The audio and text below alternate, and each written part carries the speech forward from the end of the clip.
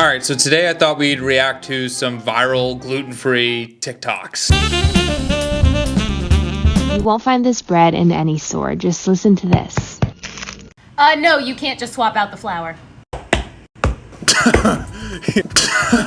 That's a good one.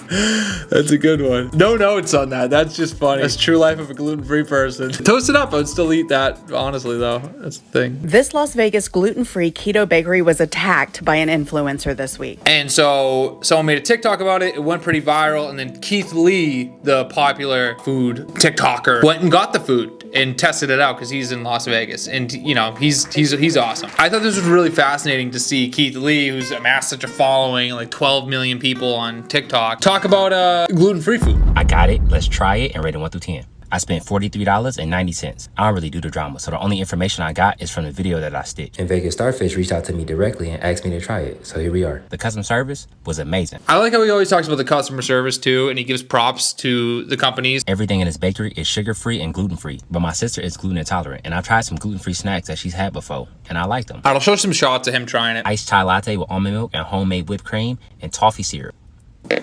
This is just straight chai tea. It's not Starbucks. When you get a chai tea from there, it's loaded with sugar. So I personally get this like a 7 out of 10. That's also taking into consideration the fact that I'm a fan of chai tea. A loaded gluten-free and sugar-free cinnamon roll, when they say loaded, it's bacon on top. Oh, it's good. I love bacon. You can get it without the bacon, but I opted for the bacon.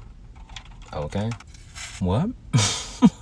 It's different for sure. Even though I know it's a sugar alternative, it's still sweet, but it's not bad. If I'm judging that as a gluten-free snack, that gets like a 7 out of 10. A chocolate peanut butter muffin. I'm really happy places like this exist. Like I said, my sister is gluten intolerant, so it's so hard trying to find her things to eat when she here. I feel like this is gonna be the first stop when she get back in town. This the chocolate and peanut butter muffin. Oh, no, that's cool. It is moist. It's fresh peanut butter too. That's a good muffin, gluten-free or not. That's a 7 out of 10. And a bacon and pepperoni pizza. Oof. They said they use almond flour for the crust. And if you didn't tell me this was gluten-free just by looking at it, I would have no idea.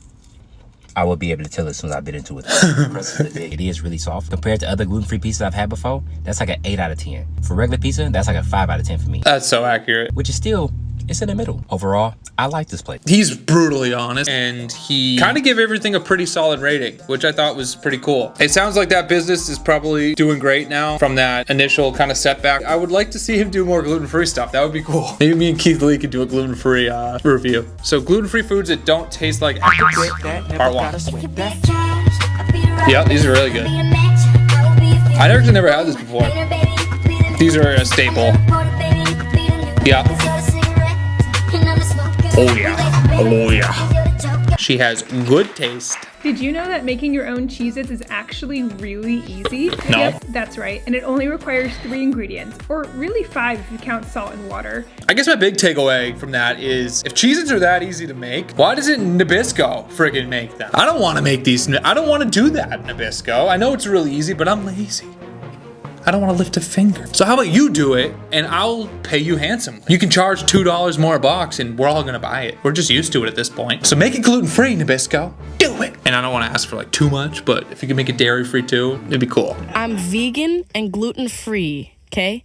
So my choices are very slim. Yeah. Some things I can eat are ketchup, fries, okay? Billy's kind of outspoken about being gluten-free, which I think is pretty cool. I don't know if she has an allergy or an intolerance, but yeah, sometimes it does feel like you can only have fries. And the thing with fries too is if it's made in a shared fryer, you can't even have those. That's why a lot of times you just end up with that bunless burger all by itself. Is there anything better than going to a restaurant with a dedicated fryer? It's good stuff. It is good stuff. I've been making these gluten-free flour tortillas on repeat. They're so soft, you can fold them or roll them up and they don't crack or tear. And you can even scrunch them up and they don't crumble. And if you've ever tried any disappointing store-bought gluten-free flour tortillas, then you know that that's a big deal. My mouth is literally watering. Katarina, the Loopy Whisk, the GOAT. I mean, she is a creator that you have to follow if you're gluten-free. I actually bought her cookbook. Should I get it?